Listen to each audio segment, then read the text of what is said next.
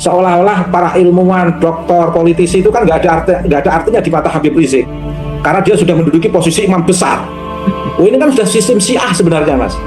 Tapi fenomena ini jarang dibaca oleh ulama-ulama yang menjadi muhibbin, kiai-kiai yang menjadi muhibbin dan membaca fenomena ini. Ini berbahaya untuk Islam. Maaf, di lingkungan tradisi pesantren sendiri banyak yang tidak menangkap sinyal bahwa habaib di Indonesia akhir-akhir ini itu sebenarnya sudah 80% Syiah.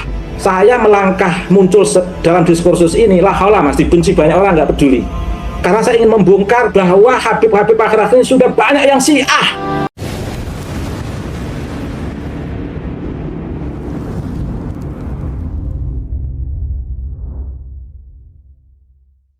Bisa lebih dispesifikkan bahayanya itu apa ya?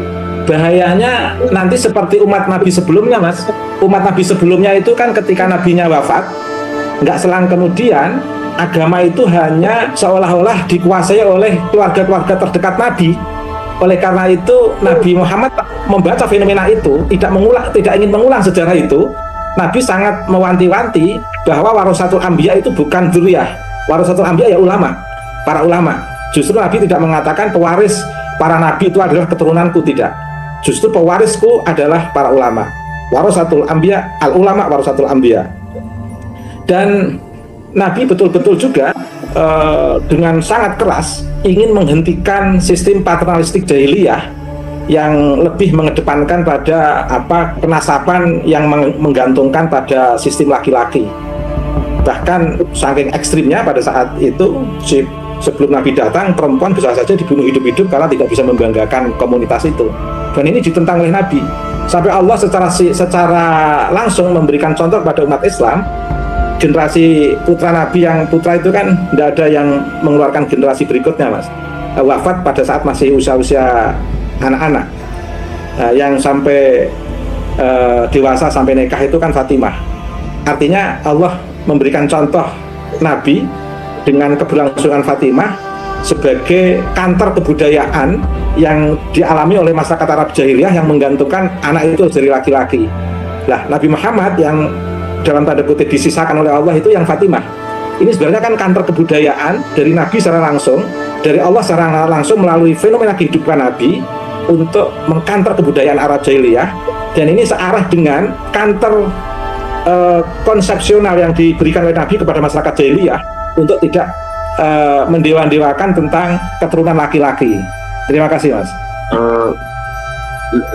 Bahayanya terhadap Islam itu sendiri kira-kira sedikit saja, ya, secara umum. Kalau agama Islam dijadikan berbasis nasab itu bagaimana secara jangka panjang? Oh, bahayanya nanti Habib nggak berilmu, mau tidak mau harus diikuti karena punya legitimasi cucu Nabi. Padahal Habib bodoh, jahil, dan itu kan sudah dipidatokan, Mas. Ya, banyak gitu. Satu Habib jahil, bodoh, itu lebih mulia daripada 70 ulama. Ini kan sudah dipidatokan, Mas. Ini kan berbahaya untuk Islam ini, Mas. Sangat bahaya. Sangat bahaya. Sehingga yang jadi rujukan nanti yang penting nasabnya baik meskipun nggak berilmu. Ini nggak ada bedanya dengan, mohon maaf, sistem Syiah, Mas. Syiah itu kan sistem kenasaban dari jalur Ahlul Bait. Sehingga profesor di mata imam, sosok yang diimamkan dalam tradisi Syiah, itu dalam ketiak para mullah, para imam, profesor itu tidak ada artinya dalam sistem mullah, Mas, dalam sistem imamah. Sama seolah-olah para ilmuwan, doktor, politisi itu kan nggak ada artinya di mata Habib Rizik, karena dia sudah menduduki posisi imam besar. Oh, ini kan sudah sistem Syiah sebenarnya, Mas. Tapi fenomena ini jarang dibaca oleh ulama-ulama yang menjadi muhibbin, kiai-kiai yang menjadi muhibbin dan membaca fenomena ini. Ini berbahaya untuk Islam ini, berbahaya. Dan ini agak keras ini, mumpung via publik ini, Mas. Ini berbahaya. Terima kasih, Mas. Jadi sedikit nyawa dari Kiai Tamam ya. Ini jadi kelihatan sikap Israel terhadap Iran. Coba yang ditarget, ditembak siapa? Bukan mulahnya, tapi ulamanya, ilmuwannya, para profesornya. Karena itu yang memberi kekuatan Iran. Profesor nuklir, profesor elektrik, itu target dibunuh Mossad itu. Kenapa nggak membunuh ulamanya? Iya, apa? Wow, iya. Jadi yang menjadi penyangga kekuatan Iran sekarang itu para ilmuwannya, tetapi yang memegang kekuasaan para mulahnya. Dan bangsa Israel itu paham sekali kekuatan bangsa Iran itu di ilmuwannya. Itu dari zaman ya Raja pertama Cyrus yang Agung, Darius, kekaisaran Sasani itu sangat menghargai ilmuannya di saat mereka sangat berjaya ya. Jadi tidak kepikiran bangsa Mossad itu membunuh Mullah, nggak ada gunanya. Tapi membunuh ilmuannya, ilmuwan Syiah ini malah penting. Coba dipikir. Betul. Jadi orang di luar seorang Syiah, orang Israel sendiri itu menganggap aset terpenting bangsa Iran itu di para profesor, para doktor yang jadi target pembunuhan. Mereka nggak niat membunuh para mullah siapa itu nggak penting, tapi membunuh ilmuannya itu penting. Karena sekali ulama dalam hal ini bukan ulama agama ya, itu aset bangsa itu kayak dirampok. Aset bangsa itu dirampok.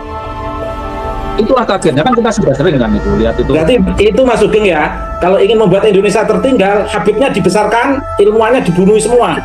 Iya itu. Seperti itu.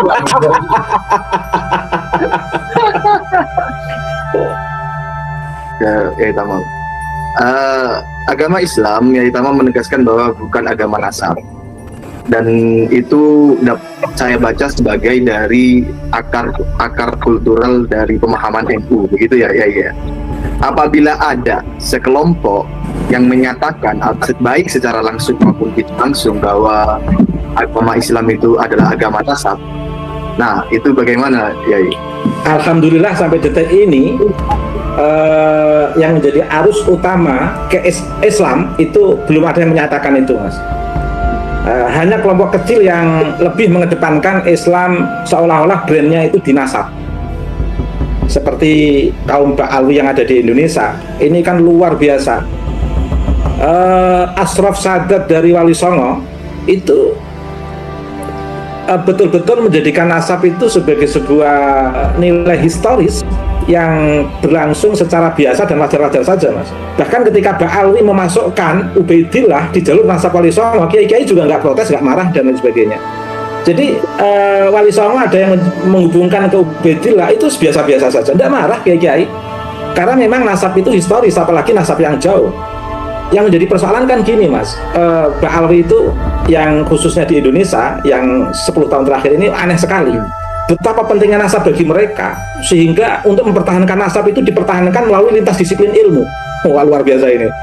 Misalnya dia memakai nggak segan-segan menggunakan konsep tauhid untuk mempertahankan nasab. Misalnya tidak ditemukannya suatu data bukan berarti tidak ada. Ini kan konsep ketuhanan, Mas. Tidak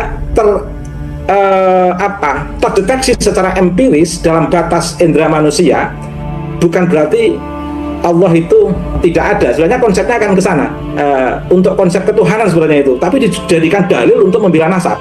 Misalnya lagi konsep suhra wal istifadah, itu kan konsep terkait dengan pembagian waris untuk nasab-nasab terdekat.